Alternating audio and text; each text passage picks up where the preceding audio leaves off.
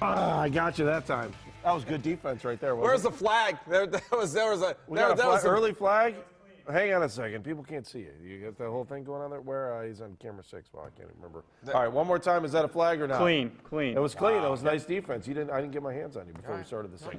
It's Dogs on the Run. Glad you're here. Let's all sing along.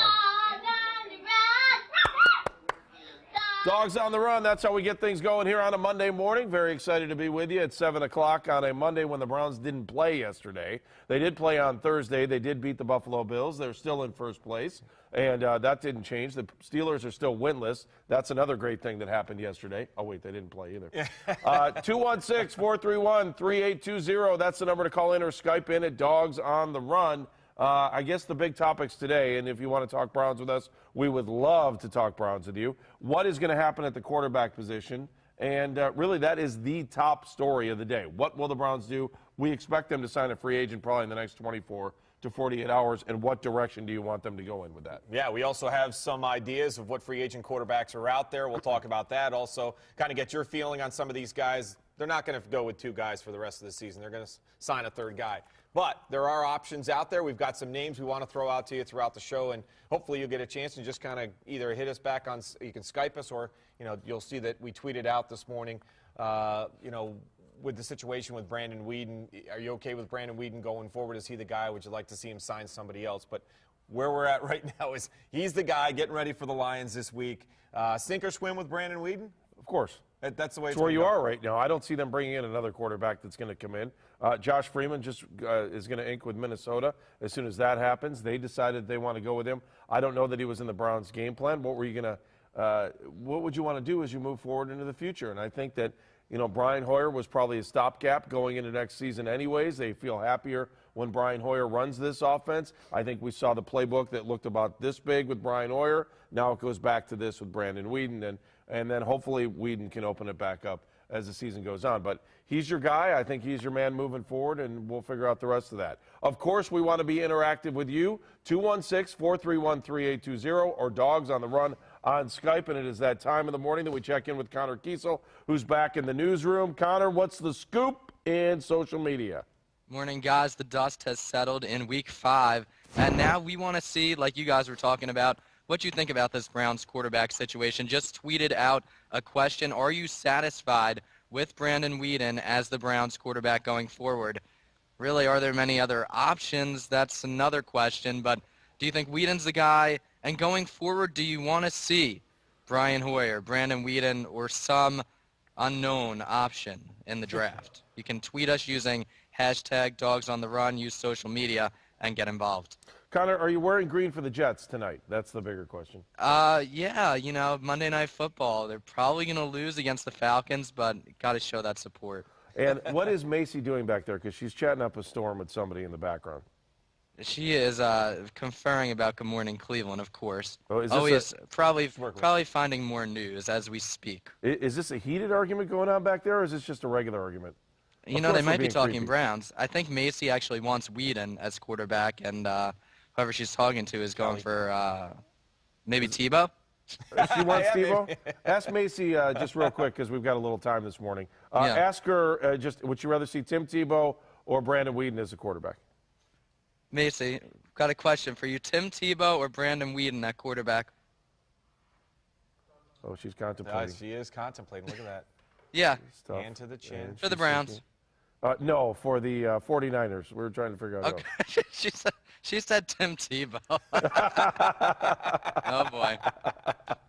All right, Connor, we'll catch up with you in a little bit. Thank you very much. We're going to catch up with Josh Cribbs here in a couple minutes, too. So we'll talk to Josh coming up in about 6 minutes right here on Dogs on the Run. And, of course, we want to talk to you at 216-431-3820. You think I can remember that number after saying it 10,000 times? It burned into your memory. All right, so you're the Browns, and now you're sitting here, and you had your backup quarterback, the hometown kid, or your third-string quarterback, take over, win this town over in 2 weeks. Yep. You're 3-2. You're on a first 3-game winning streak. Your defense has been unstoppable against individual runners who haven't been able to get more than 100 yards a game. Where is this franchise right now moving forward? What do you do with the quarterback position? No, I mean, it's status quo. You get ready for Brandon Weeden. You give him all the tools that he needs to be successful, and you go for it. And you hope that you can see what He won the starting quarterback job. He was the starting quarterback to start the season. You hope you're seeing the same tools that you saw throughout the preseason. That'll get this kid ready for the rest of the season. He's your guy going forward. Got to put all the eggs into that basket. You can sign whoever you want as a backup, Andy, but they still got to learn the system. They got to catch up, and they're not going to beat out Brandon Weeden. That's your guy. I mean, he's your guy going forward. Worst comes to worst, you're going to have Jason Campbell at some point have to fill in for him. But I want to see Brandon Weeden get the chance that he deserves, and I want him to see everything the Browns can do to get him ready to keep going. If he keeps winning, this won't be a question we won't have to answer again for the rest of the season. All right, what does he need to do to get better? And if you noticed after Thursday night's game, he had talked to the NFL Network, and they said, what did you learn while watching Brian Hoyer over the last 2 weeks? And he said, I've learned to get rid of the ball faster. That's number one. That's number one. He's still playing patty cake with the football. That's something that he talked about in the beginning of the season. One of the big things that he was trying when he went back and watched film in the offseason, one of the things he noticed is he pats the football too many times. And if you watch him, you'll see he still does it, but it's a little bit quicker. It's not 1, 2, 3, throw.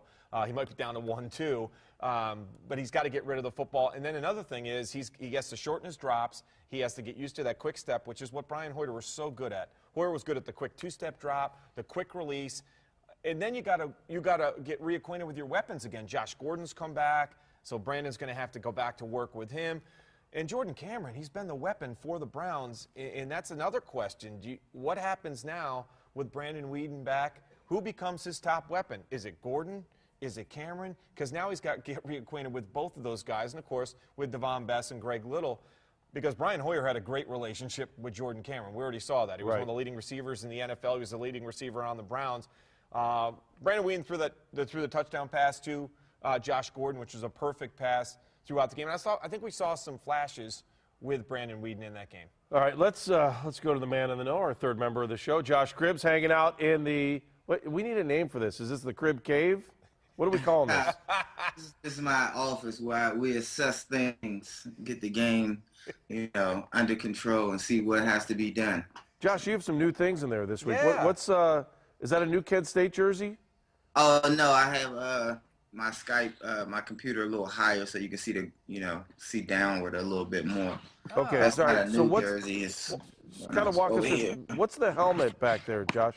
The little helmet that you have in the case? Yeah, my jersey. No, but the red helmet. What's the red helmet? The red helmet over the shoulder. It's an orange helmet. Oh, orange. Yeah, it was Cleveland chapter of the Professional Football Writers Association. That's awesome. Oh, that you man of the year for them, right? 2 years ago? Is that right? Yes, a couple of years Yeah, back. because DeQuell was last year. I remember they gave that away at the Akron Boosters last year, too. That was kind of cool. Hey, before we get talking about the Browns, just because, were you down for homecoming this week at Kent State? No, I didn't was go down? out of town for this game. Well, if that makes you feel better, I'm an alumni, and I didn't go back for homecoming either. Does that make you feel better? Nah, I kept up with them, though. I think, the year they had last year, that was, tremendous. But a lot of the alumni was calling me, like, you going to be at the game? You going to be here for the luncheon? Because they had a little captain's meeting beforehand, and, I wasn't able to make it, though. I get back as much as I can, though, because I'm, right down the road. So anything I can do for them when I can, I will. I had to call the game, so you missed. Well, one thing you did miss was Dre Archer's 102-yard kick return. Oh, well. That kid's the real deal. No Yeah, doubt he about is, that. definitely. Oh, my. I've been pulling for that guy, man, just to have a tremendous year so he can have some type of Heisman race and he can get to the NFL. So. Well, you picked a good week to miss homecoming because it was a monsoon for the first half of the football game. It didn't clear up till about the fourth quarter, so it would not have been very good to go sit I there. didn't want to be out there all in the rain. So that would have been a crazy. Josh, let's talk a little bit about the Browns quarterback situation. You're Brandon Weeden. The ball is yours again. What's got to be going through your mind as you head back to practice today? Well, you know what? Just like you guys, I heard you guys earlier. He has to get reacclimated with his weapons. And I think he needs to start stepping up, learning to, step up, pick up his pace in the pocket, so to speak. They facing a great defensive line, a great defense right here. Probably the best they will face, all year thus far. And I think he needs to pick up his pace. He needs to, get on that pace that Brian Hoyer was. Might not, have to look downfield as much soon. He needs to read his progressions a little faster, and that will help the offense move a little quicker because, the type of offense that Noah Turner is calling right now is it requires the progression to go boom, boom, boom, boom. It's not there, throw it away or run it, or hit the check down. And I think he just needs to be smoother in that aspect. And I know the coaches are drilling it with him. So, yes, he needs to just get reacclimated with his weapons and pick up the pace in the pocket. All right, so that's your first of your Cribs notes, too, because we kind of tipped it off there a little bit. This is this morning, Josh's Cribs notes. You talked about Brandon Weeden must pick up and step up, so we talked about that. Let's go through the other elements of your Cribs notes for this morning. Well, you got Matthew Stafford that's, I think third in the league behind Peyton Manning and Drew Brees. They have a tremendous, passing attack. So for this team to, do good against that offense, our defense must show up again. The D-line must continue to put pressure on Stafford each and every play as much as they can. They have a tremendous, problem ahead of them because their passing attack is just as great as ours is supposed to be in this league game. And you're facing the third best, pass, guy in the league right now. So, not just the D-line, but the defense altogether. Joe Hayden must show up again. He must, be that guy who we need him to be. He must shut down Johnson if he plays, Calvin, because he's one of their biggest threat like A.J. Green was. So if he can continue to show up, our defense, as far as screen, they might try to pick on that guy, again. And definitely, DeQuell Jackson will show up. So if our D-line just continues to add pressure on the quarterback, pick up sacks, I think they'll do really good against this team. Look forward to be an offensive gun, an offensive showdown. Offensive playmakers must show up. With Weeden coming in and getting reacclimated with the weapons, he needs help. So when he throws guys the ball, they need to catch the football. These playmakers need to be consistent. Josh Gordon will catch the football. He needs to be consistent with catching the football. Cameron needs to step up. He needs to just let him know, like, hey, I'm here. I was here for Hoyer. I'll be here for you. So, those two guys are really going to be instrumental. Best will be instrumental. These guys need to catch the football. We don't need early, problems with guys not catching the football as we've seen in the past. So if Weeden takes care of his job first, we can do nothing without our quarterback. And this is, and I don't want to, beat a dead horse, but I seen a comment on Twitter, guys saying that Weeden, if Weeden can do what Trent Dilfer has done and not just mess up, basically, and just run a good, I think he needs to do more. I think this is a good defense he's coming to face, and he needs to not only just, not mess up, but he needs to create offensive plays for this offense. He needs to, allow the playmakers to make plays. He needs to step up. He needs to pick up and step up. Hey, Josh, when you are in the huddle and you've got a guy that came in as a backup and helped you win 2 games, and it was clear that the offense had rallied around Brian Hoyer, and those are, you didn't get the wins with Brandon Weeden. I'm sure it's a little doubtful in everybody's mind in there, but he was able to go out and get a win. What do they need to do? What does Brandon Weeden need to do to get this team back to his team? He said it's his team, but now he's got to have the actions to make it happen. It's simple. Just like you just put it, he needs to have the actions. First, he goes in there with the confidence, like, look, guys, I'm back. Let's get this shit right. Let's keep it moving. Let's not, break pace. Let's not, have a setback. So the only way he really can do that is producing. He needs to produce. He needs to get in there with confidence. He needs to call the plays with confidence and produce. Get completions. Take what the defense gives you. And hopefully North Turner and Chazinski can give him plays that'll give him completions early on to get that confidence back, to get the offense rolling, and go from there. Brandon Weeden has had problems in the past with starting fast, with taking a lot of time warming up. And he needs to start fast and get this offense moving quickly to get them back on pace. Interesting. All right, last question, because I didn't get a chance to ask you this on Friday morning. Who picks the uniforms and who decides that they're going to wear brown on brown? Your style and your fashion is about 1,000 times better than the two of us put together. But who picks what they're going to wear?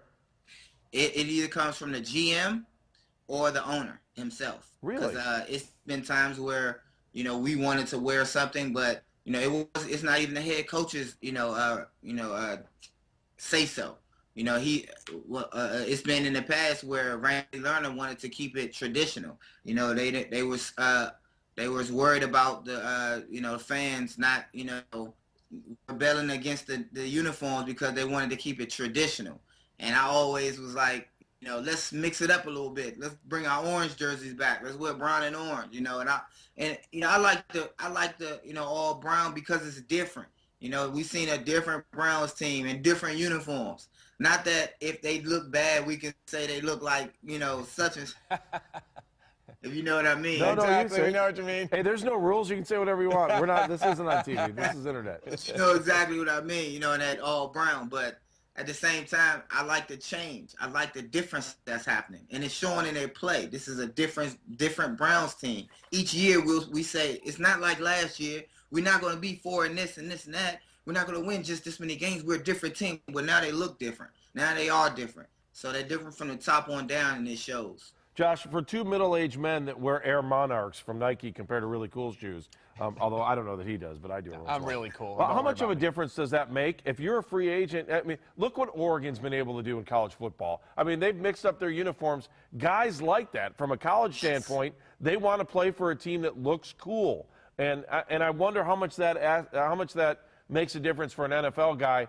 Getting paid is more important than looking cool, I think, sometimes. But does that make a difference? Does that change the mental philosophy of an organization if they're willing to be cutting edge, if they're willing to say, you know what, we want to be cool. We want you to be relaxed, and we want you to look good while you're out here?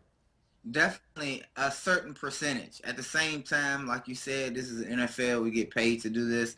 At this level, when you're coming from college, you're not really too focused on the uniforms. But once you're here and all said and done, and you want to look good. You want to, when you strap up on Sunday, everybody, I tell you this, every player looks in that mirror before he goes out there on game day.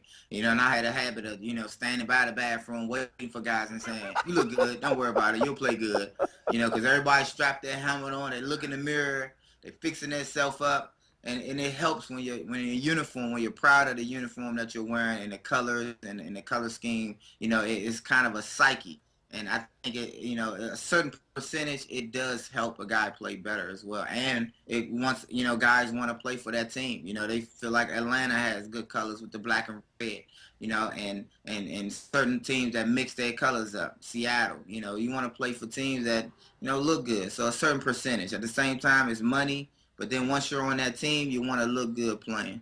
Josh, thank you. We'll talk to you a little bit closer to the bottom of the hour. So, Josh, thanks for being the third member of this team, and we'll talk to you in a little bit. Excellent stuff, too. All right, guys.